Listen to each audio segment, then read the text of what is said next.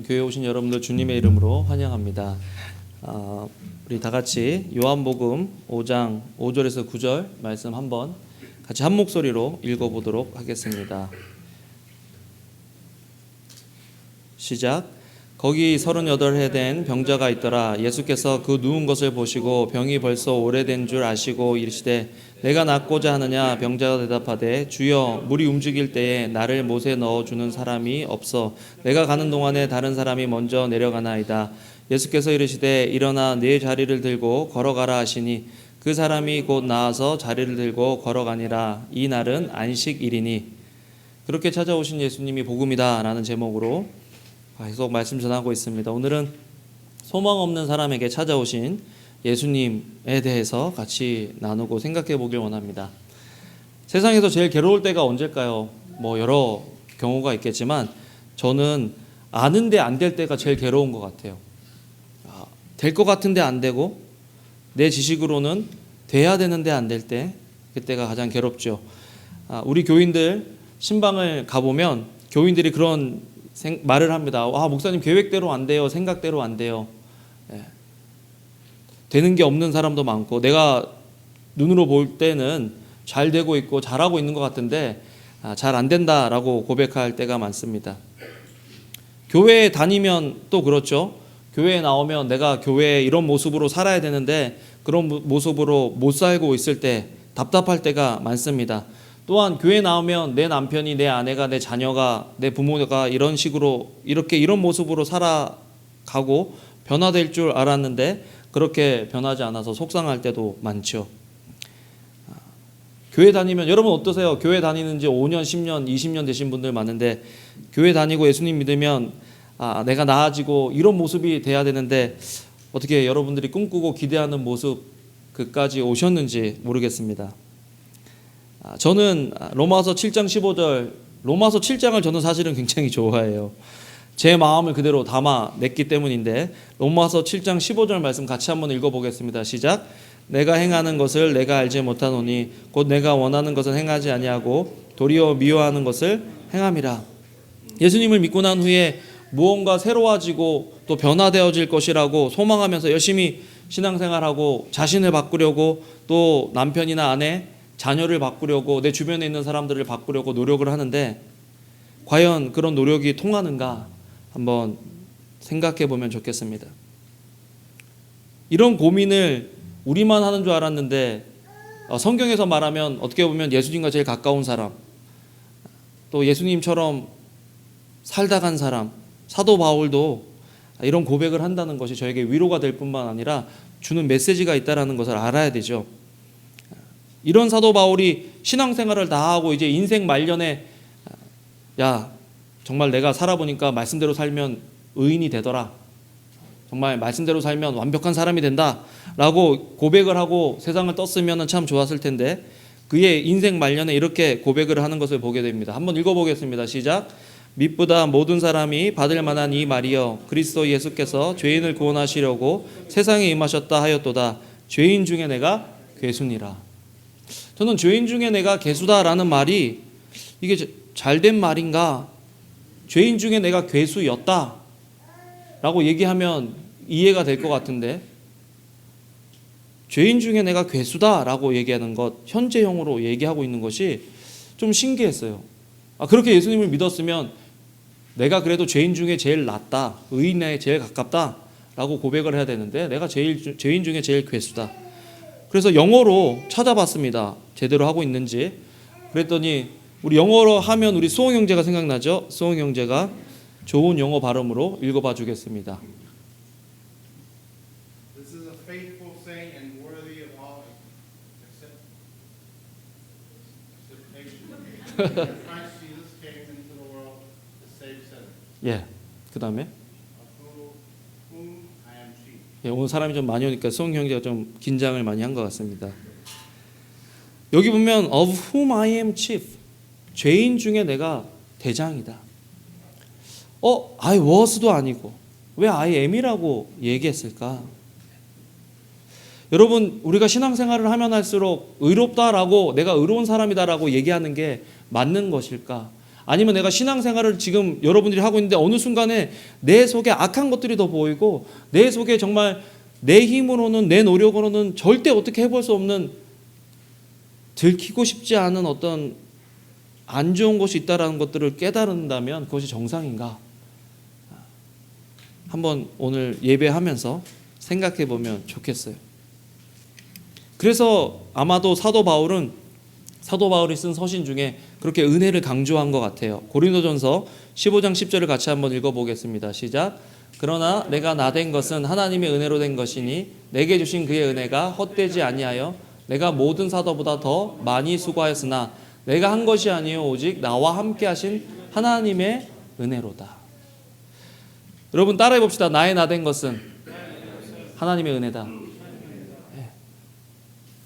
이 고백이요 사실은 내가 뭔가를 성공하고 내가 뭔가 잘했을 때 나의 나된 것은 하나님의 은혜다라고 얘기하는 것도 맞는 이야기지만 실패하고 또 내 자신의 모습, 내 주변에 있는 사람들의 모습에 실망했을 때도 나의 나된 것은 하나님의 은혜다라고 고백할 수 있는 우리면 좋겠다. 오늘 본문을 보면서 저는 사실은 교회의 모습을 보았습니다. 베데스다 목가에 모인 그 수많은 사람들의 이야기를 들으면서 그 이야기가 우리 이야기고 우리 교회의 이야기다라는 생각도 해보았습니다. 그래서 저는 오늘 베데스다 못 자꾸 이렇게 하니까 발음이 힘들더라고요. 그래서 베데스다 교회로 이렇게 얘기를 하겠습니다. 베데스다 교회 이야기를 보면서 우리를 한번 보면 좋겠어요. 베데스다 교회에는 지금 수많은 병자들이 모여 있습니다. 요한복음 5장 3절에서 4절 말씀을 같이 한번 읽겠습니다. 시작. 그 안에 많은 병자, 맹인, 다리 저는 사람, 혈기 마른 사람이 누워 물의 움직임을 기다리니 이는 천사가 가끔 못에 내려와 물을 움직이게 하는데 움직인 후에 먼저 들어가는 자는 어떤 병에 걸렸든지 낫게 됩니다. 이 구절 안에 지금 우리 교회의 모습들이 있는 거예요. 첫 번째는 교회는 죄인과 병자의 집합소다.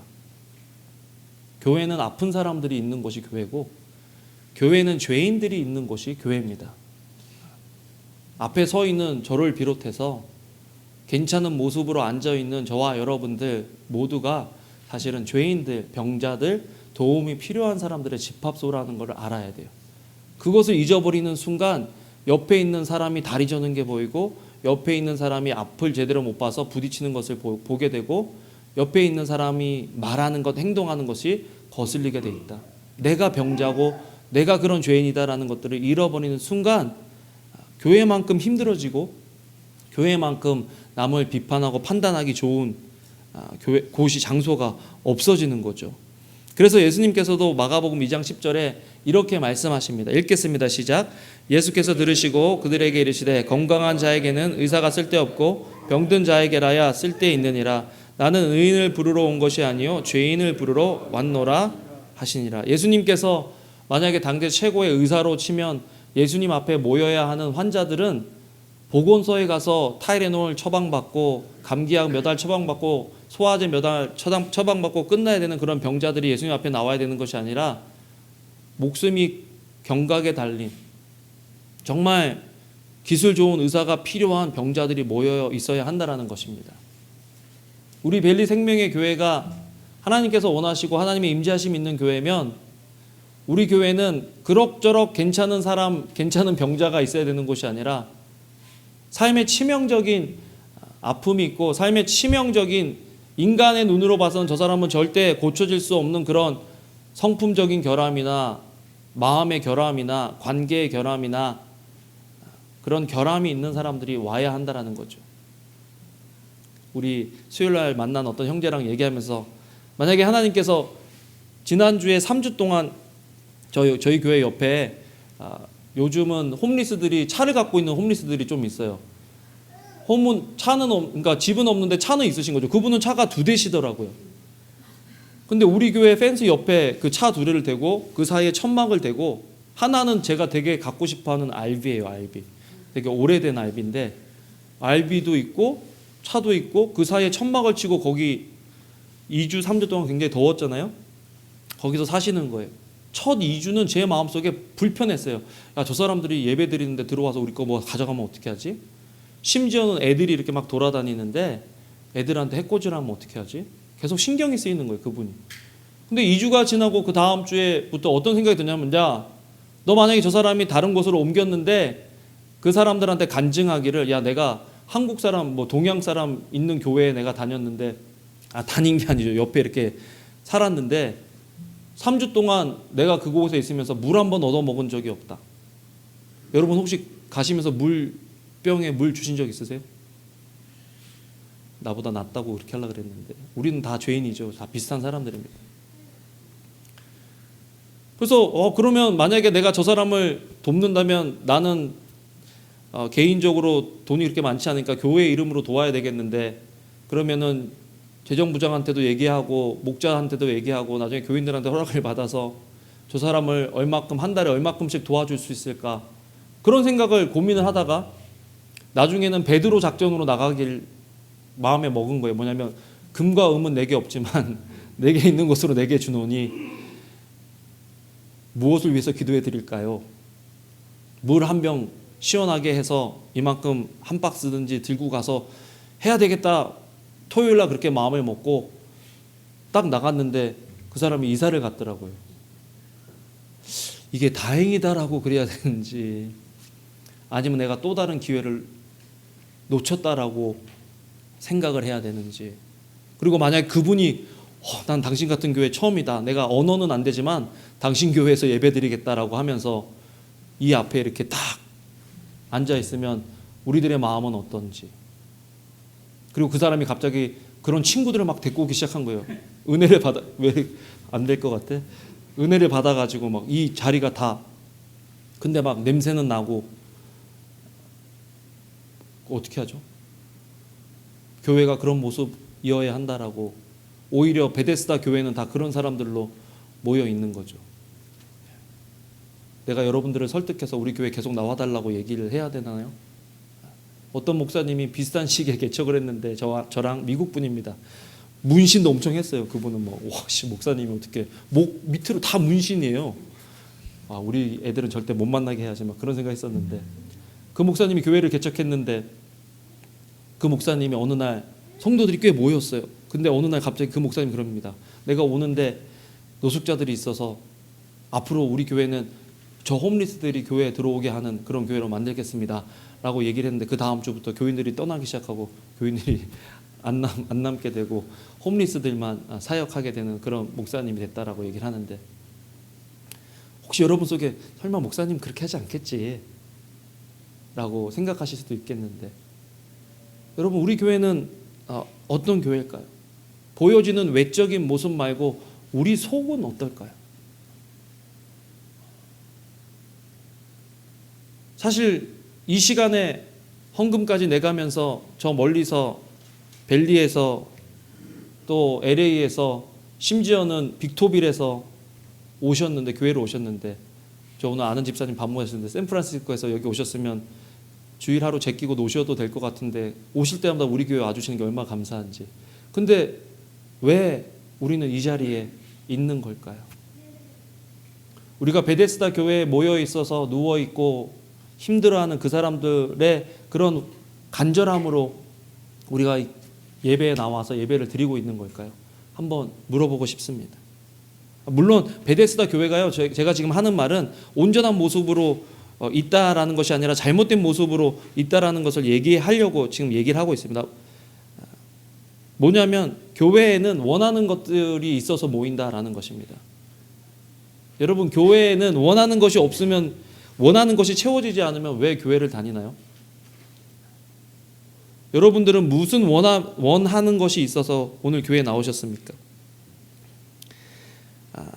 교회에 오면은 자식이 잘 된다더라, 교회에 오면은 안 되는 것이 된다더라, 사업이 잘 된다더라, 승진을 한다더라, 뭐 그런 간증을 듣고 처음에 교회에 나오시는 분들이 좀 있거든요. 부부가 관계가 좋아진다더라, 심지어는 저 교회 다니면은 뭐가 잘 된다더라, 그래서 그 교회로 모이는 경우도 있어요. 물론 반대 경우도 있죠. 교회가 하도 욕을 먹어서 교회에서 떠나는 사람들도 많은데,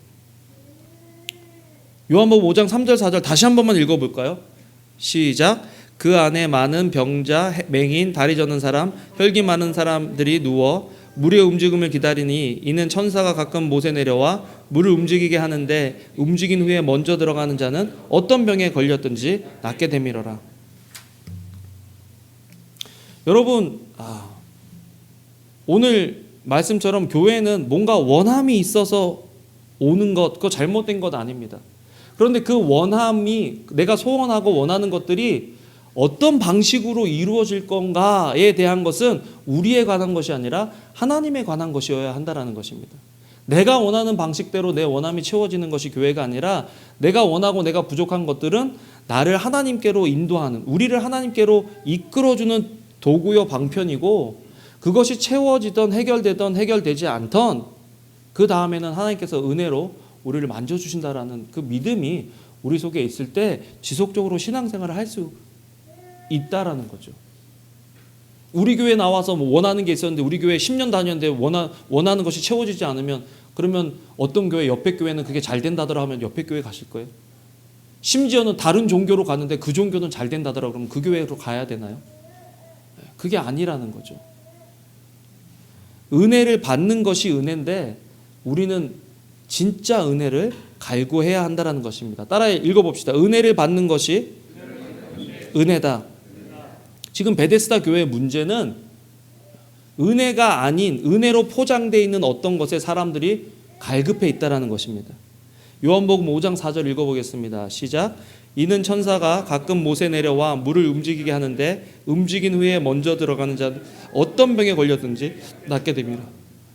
은혜라는 것, 진리라는 것은 보편적이어야 합니다. 제너럴해야 돼서 똑똑한 사람, 의지가 있고 괜찮은 사람, 착한 사람만 그 진리를 받아들일 수 있는 것이 아니라 누구나 보편적으로 모든 사람이 그 진리를 받을 수 있어야 합니다. 근데 지금 베데스다 교회에 갈구하는 은혜, 사람들이 기다리고 있는 은혜는 어떤 은혜냐? 언제 올지 모르는 은혜. 첫 번째는. 두 번째는 그 은혜는 한 사람에게 내려진다라는 것입니다. 천사가 와서 물이 움직이는데 먼저 들어가는 사람, 그 한 사람이 병이 낫는 거예요. 여러분, 교회에서 지금 우리가 기대하고 있는 은혜는 어떤 은혜입니까? 먼저 은혜는 값없이 주어지는 것이 진짜 은혜다. 따라해 봅시다. 진짜 은혜는 값없이 주어진다. 예. 한 사람에게, 노력하는 사람에게, 경쟁에서 이긴 사람에게 주어지는 것이 은혜가 아니라 진짜 은혜는 값없이 주어지는 은혜다. 근데 베데스다 교회는 지금 경쟁에서 이긴 1인에게 주어지는 은혜를 그 교회 모두가 갈구하고 있더라. 여러분, 새벽기도 열심히 나오고 성경을 열심히 보고 기도를 열심히 하고 교회 와서 열심히 봉사하는 그 사람에게 은혜가 주어진다면, 그런 은혜를 혹시 우리가 바라고 기대하고 있다면 우리도 베데스다 교회처럼 잘못된 은혜를 바라고 있다는 것 우리가 알아야 돼요. 여러분, 오늘 예배 왔을 때 심지어는 지난주에 성경 한 장 안 읽고 그러시면 안 되는데, 기도 한 장 안 하고 심지어는 남편과 아내와 싸웠다고 해도 오늘 이 자리에서 주시는 은혜가 있음을 믿으시길 바랍니다. 지금 베데스다에 예수님께서 오셔서 그 은혜를 보여주시는 거죠. 예수님께서 그 병자를 보자마자 요한복음 5장 6절에 이렇게 말씀하십니다. 같이 한번 읽어보겠습니다. 시작. 예수께서 그 누운 것을 보시고 병이 벌써 오래된 줄 아시고 이르시되 내가 낫고자 하느냐. 네가 낫고자 하느냐. 네가 아무것도 한 것 없이 그냥 38년 동안 누워 있었는데 네가 낫고자 하느냐. 네가 교회에서 한 거 아무것도 없고, 셀에서 한 거 아무것도 없고, 팀에서 한 거 아무것도 없고, 나를 위해서 한 거 아무것도 없는데 네가 온전해지길 원하니? 라고 예수님께서 물어보시는 거죠. 은혜는 값없이 주시는 것입니다. 로마서 3장 24절 같이 한번 읽어볼까요? 시작. 그리스도 예수 안에 있는 속량으로 말미암아 하나님의 은혜로 값없이 의롭다 하심을 얻은 자 되었다. 값없이 의롭다 하심을 얻은 자 되었다. 그런데 우리는 자꾸 이 값없이 주신 은혜를 자꾸 뭔가를 더해서 뭔가를 더해야지만 하나님이 그 은혜를 주신다고 생각합니다. 요한복음 5장 7절 말씀 읽겠습니다. 시작. 병자가 대답하되 주여 물이 움직일 때에 나를 못에 넣어준 사람이 없어 내가 가는 동안에 다른 사람이 먼저 내려가나이다. 내가 뭔가를 해야 은혜가 떨어질 텐데, 내가 뭔가를 해야 은혜가 떨어져서 그게 만나서 내가 온전해질 텐데 나를 못에 넣어줄 사람이 없습니다라고 불평하고 원망하고 변명하는 거죠. 우리는 말씀으로 우리에게 오신 예수님을 자꾸 외면하고 자꾸 내 행위와 내가 뭔가를 해야만 구원받는다라고 생각하고 자기만 그렇게 생각하는 것이 아니라 그래서 그 기준으로 다른 사람들을 보면서 판단해버리는 그런 문제가 우리 속에 혹시 있진 않을까요? 성경을 읽고 기도를 하고 섬겨서 은혜 받는 것이 아니라 은혜를 받았기 때문에 성경을 읽고 기도하고 또 다른 사람들을 도와주고 섬겨야 한다는 겁니다. 바뀌어야 한다는 거예요. 그런데 오늘 말씀을 보면서 그런 생각해 봤어요. 야, 이 사람은 진짜 너무한 거 아니냐. 병 낫기를 위해서 기도한 적도 없고 예수님께 또 예수님께서 자신을 낫게 하실 것이라는 믿음도 없었어요. 그런데 나은 거예요. 노력하지도 않고. 우리 교회로 바꿔볼까요? 만약에 우리 교회 여러분들이 매일 새벽기도 나오고 수요 예배, 금요 철야, 심지어는 집에도 뭐 기도방 만들어 놓고 기도 열심히 해요. 10년 넘게 기도한 기도 제목이 있어요. 그런데 교회에 날라리가 하나 있어요. 맨날 예배 시간 늦고 또 성경책 읽으라도 성경 땡자 안 읽고 쟤는 예수님 믿는지 안 믿는지 잘 모르겠어요. 그랬는데 갑자기 그 사람 삶에 소원하던 것들이 덜컹하고 이루어졌네요. 여러분 그럼 어떠시겠어요? 나도 기도 안 하고 나도 날라리인데 그런 날라리가 은혜 받으면 저도 소망이 생길 것 같아요. 나도 대충 이렇게 해도 하나님께서 은혜 주시는구나. 근데 제가 만약 기도를 많이 열심히 했잖아요. 근데 저는 아무것도 안 이루어지고 그 날라리는 갑자기 마음에 원하는 대로 다 된다. 그러면 어떨 것 같아요? 기분이 미치고 환장하는 거죠. 하나님을 원망하는 거죠. 아니 왜 쟤는 아무것도 안 했는데 저런 은혜가 있고 나는 이렇게 하는데 왜 나한테는 이런 은혜가 없냐라고 얘기하는 순간 우리는 바리새인과 율법사가 된다라는 것들을 알아야 합니다.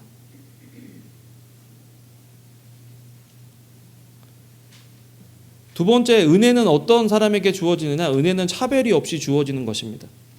로마서 3장 21절 22절 읽어보겠습니다. 시작. 이제는 율법 외에 하나님의 한 의가 나타났으니 율법과 선지자들에게 증거를 받은 것이라 곧 예수 그리스도를 믿음으로 말미암아 오는 모든 믿는 자에게 미친 하나님의 은이 차별이 없느니라. 차별이 없어야 돼요. 그런데 사실 오늘 저는 설교를 준비하면서 차별이 있는데요 주님? 그 베데스다 교회에 문제 있는 사람들이 많았거든요. 근데 문제 해결함 받는 사람은 그 한 사람인데 그럼 왜 그렇습니까? 왜 그 사람에게만 차별이 없는 주님의 은혜인데 왜 그 사람만 낫습니까? 두 가지 생각해 봤습니다. 첫 번째, 안 믿는 사람은 그렇게 따져 물을 수 있어도 믿는 사람은 그렇게 얘기하면 안 된다. 진짜 믿는 사람은. 왜? 우리도 그런 병자였는데 하나님이 구원해 주셨으니까. 여러분 우리에게 무슨 구원받고 하나님을 예배할 만한 자격이 있었습니까? 우리에겐 그런 자격이 없는데 우리는 그런 은혜를 먼저 받은 사람이에요. 그렇기 때문에 우리는 그런 은혜를 주신 하나님께 따져 물을 수 없는 거예요. 왜 나를 구원했냐고 삿대질하면서 따지는 것과 똑같은 겁니다. 우리가 그런 은혜를 먼저 받았으니까. 두 번째는 그런 추리를 해봐요. 38년 동안 이 사람이 가만히 누워 있었고 머리로는 무엇을 해야 되는지 아는데 몸은 안 따라주는 그런 사람. 여기에 있는 사람들은 그래도 머리가 원하는 대로 몸이 움직여줄 수 있는 사람입니다. 맹인, 다리 저는 사람. 만약 다리 저는 사람에게 물이 동할 때 들어가서 몸이 나았으면 그 사람은 이거 하나님의 은혜입니다라고 얘기할까요? 아니면 야 내가 다리가 하나 불편함에도 불구하고 목발로 죽으라고 가가지고 주변에 있는 사람들 다 쳐내고 내가 가서 내가 나았다라고 간증하지 않을까요? 뭔가 하나님께서 주신 은혜에 자기의 노력을 더할 수 있는 사람들. 이 38년 된 병자는 주님이 아니고서는 주님의 은혜가 아니고서는 도저히 나을 수 없습니다라고 내가 낫게 된 것은, 내가 온전하게 된 것은 주님의 은혜입니다. 누가 봐도 그렇게 얘기할 수밖에 없는 사람이다라는 거죠. 여러분, 예배의 시간에 우리가 필요한 것은 주님, 제가 지난주에 이렇게 했고 저렇게 했으니까 예배를 못 드리겠네요. 이것도 잘못된 태도고, 내가 기도도 하고 말씀도 보고 전도도 했으니까 오늘 나는 은혜 제일 많이 받을 수 있습니다라고 생각하는 것 자체도 잘못됐다라는 거죠. 그래서 예수님이 이 사람을 고르지 않으셨을까? 나중에 더 이 사람을 고른 이유를 제가 좀 더 말씀드리겠습니다. 여러분, 은혜를 받는 것도 은혜지만 은혜에 올바로 반응할 때 그때 은혜가 머문다는 거 여러분 알았으면 좋겠어요. 참 이 사람 보면 안타까워요.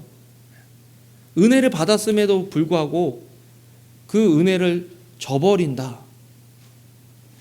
제가 성경에 나오는 인물들 중에 별로 안 좋아하는 사람들이 좀 있는데 그 중에 한 사람이 이 사람입니다. 난 이 사람 너무 안 좋아해요.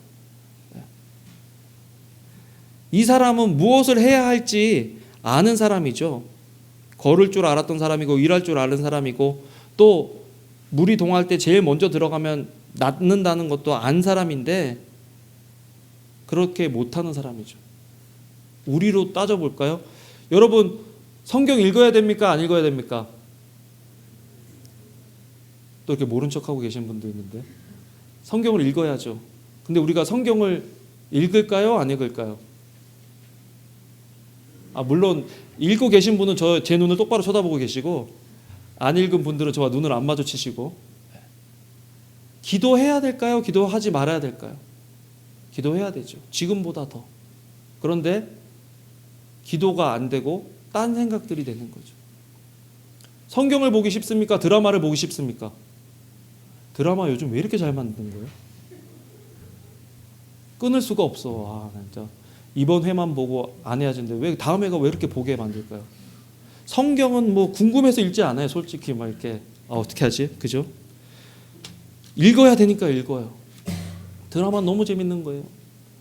드라마 보면서 시간이 왜 이렇게 더디가지 하는 적 있습니까? 성경 보면서 1시간 읽은 것 같은데 보면은 막 10분 읽고 있고. 기도도 그런 거 아니에요? 기도가 막 재밌어서 막 눈 떴는데 막 2시간이 돼서 어이구 일 늦었네. 이거 어떻게 하냐. 막 밥 시간이 지났네. 막 이렇게 해야 되는데 기도할 때는 막 한 2시간 기도했는데 눈 떠보면 막 10분 지나 있고 15분 지나 있고 미치는 거죠. 근데 옆에 사람은 막 통성으로 기도하고 있고 막 방언으로 기도하고 있고. 우리가 몰라서 안 됩니까? 전도해야 됩니까? 안 됩니까? 전도해야죠. 근데 올해를 돌아보면 우리가 과연 몇 명에게 전도를 했을까요? 우리가 오래된 병자죠. 우리가 머리로는 아는데 몸으로는 안 되는 우리가 38년 된 병자 아닙니까? 그런 우리가 어떻게 이 사람을 욕할 수 있을까요?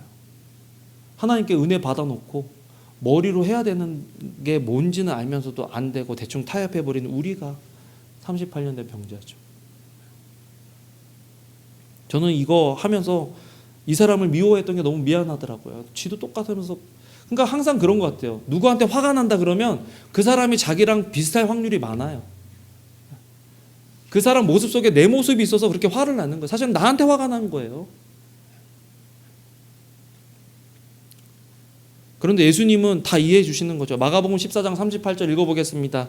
시작. 시험에 들지 않게 깨어있어 기도하라. 마음에는 원이로되 육신이 약하다. 죄송하기도 하지만 너무 위로가 되는 말씀이죠. 마음에 원이로되 육신이 약하다.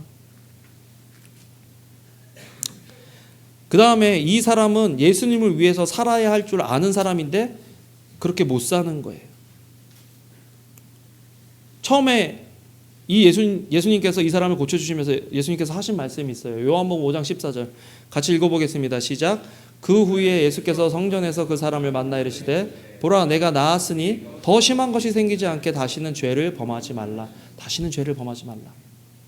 그렇게 말씀하셨습니다. 경고도 은혜죠. 이 사람은 뭔가 나쁜 짓을 했기 때문에 몸이 그렇게 망가진 거예요. 그런데 예수님께서 그 사람을 고쳐주시면서 앞으로 네가 더 건강하게 살려면 더 심한 것 하지 마라. 거룩하게 살아라, 착하게 살아라, 의롭게 살아라 라고 말씀해 주시는 거죠. 그런데 문제가 생겼습니다. 예수님이 고쳐주셨을 때 네 침상을 들고 가라고 해서 침상을 들고 갔는데 유대인이 본 거예요. 야, 너 안식일에 왜 침상 들고 가? 이 사람이 안식일인 거 몰랐던 것 같아요. 저도 이해가 돼요. 방학 때 아무것도 안 하고 빈둥빈둥거리고 누워있으면 이게 주일인지 토요일인지 월요일인지 잘 모를 때 많죠. 그죠? 여러분 롱 위크엔드 되면 나중에 저는 지난 그 7월 4일날 그런 생각했어요. 7월 3일인데 그때가 주일인가 토요일인가 헷갈리는 거예요. 그 전에 예배를 했음에도 불구하고 아마 이 사람도 맨날 누워만 있으니까 이게 안식일인지 무슨 일인지 좀 개념이 없는 거죠. 그런데 침상 들고 가라서 침상 들고 갔는데 유대인들이 보면서 너 왜 침상 들고 가? 그거 진짜 큰일이거든요. 돌에 맞아 죽을 수도 있거든요. 그래서 변명을 해야 되잖아요. 나 고쳐준 사람이 이거 들고 가라서 들고 가는 건데 야 누가 너 고쳐줬어? 잘 모르겠다는 거예요. 몰랐죠 그때는. 그런데 이 사람이 그 일이 있은 후에 다시 예수님을 만났어요. 예수님이 그러시는 거예요. 야 내가 너 고쳐줬는데 나는 예수다 말씀하시는 거예요. 그러면 그 사람이 예수님 제가 죄 안 지려고 노력했는데 벌써 낫고 나서 벌써 죄가 제 마음속에 있고 벌써 그렇게 좀 행동했습니다. 어떻게 하면 죄를 안 질 수 있습니까? 라고 물어봐야 되는데 그런 질문은 없고 쪼로록 달려갖고 유대인들한테 일러 바치는 거예요. 나를 낫게 하신 한 사람은 예수다. 안식일에 율법을 어겨서 나보러 침상 갖고 가라고 했던 거는 예수다. 요한복음 5장 16, 17절 읽어보겠습니다. 시작. 그 사람이 유대인들에게 가서 자기를 고친 이는 예수라 하니라. 그러므로 안식일에 이러한 일을 행하신다 하여 유대인들이 예수를 박해하게 된지라. 뭐 이런 배은망덕한 사람이 다 있습니까?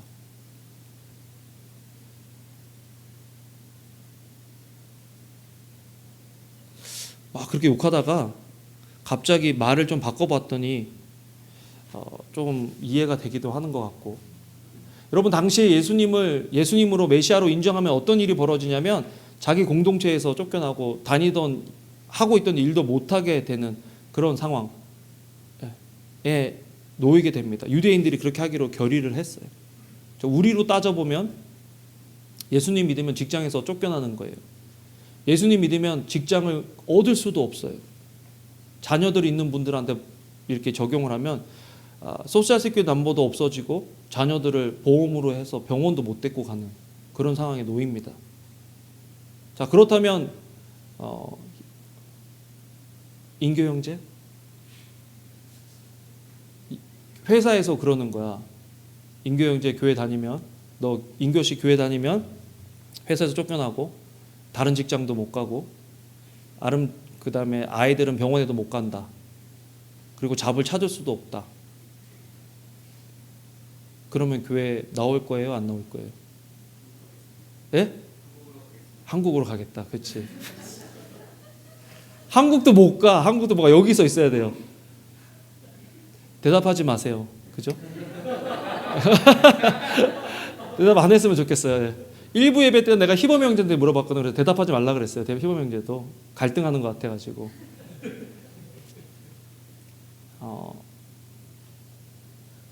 누가 과연 이 사람에게 돌을 던질까요? 우리인데, 난데. 그래서 사실은 처음에 설교하면서 준비하면서 그런 질문을 저한테 계속해서 하나님 왜 이 사람입니까? 해도 이 사람은 좀 아니지 않습니까? 그런데 설교를 준비할수록 계속 제 마음에 이 사람이니까 내가 오늘 여기 있다. 하나님이 이런 사람도 받아주시니까 나도 하나님의 은혜와 구원에 포함이 되어 있는 거다. 그러니까 너무 감사한 거예요. 내가 누구를 비판하고 판단할 자격이 없는 거예요. 그래서 내가 여기 있구나.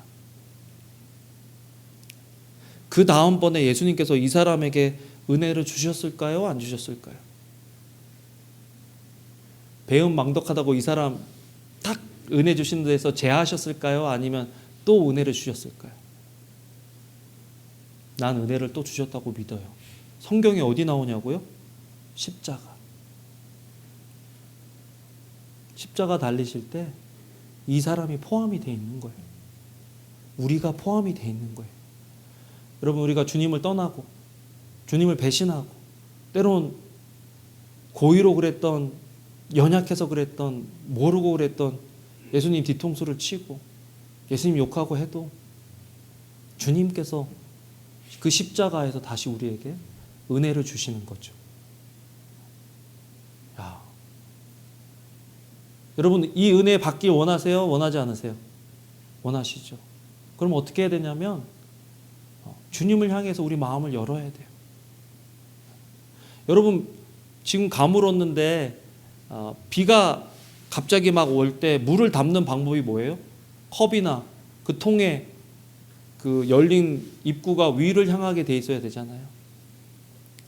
근데 때로는 우리가 하나님을 향해서, 하나님의 그 은혜를 향해서 우리의 마음을 열지 않고 꼭 닫은 상태에서 왜 은혜를 안 주냐고 그렇게 주님 앞에 나가서 항변할 때가 있더라는 거죠. 예배는 그런 하나님의 은혜를 향해서 우리의 마음을 여는 겁니다. 우리의 두 손과 두 발을 다 주님 앞에 올려드리고 항복하면서 하나님, 이런 나를 좀 도와주세요. 나 온전해지길 원합니다. 지난주에 실패했더라도 10년 동안, 20년 동안, 30년 동안 실패했더라도 하나님, 오늘 저는 온전해지길 원합니다. 온전해지고 이 자리에 나가서 다시 또 실수할지언정 주님, 저는 지금 이 시간 온전해지길 원합니다 라고 주님께 얘기할 수 있어야 돼요.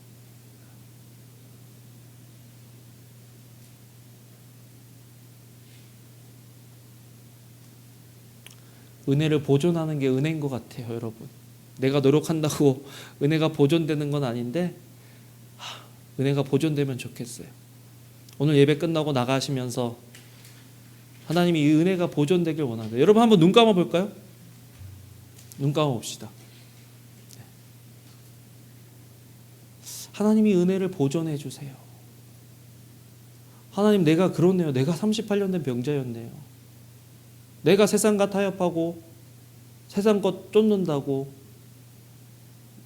예수님 모른다고 부인하고 예수님 욕하는데 동참했네요.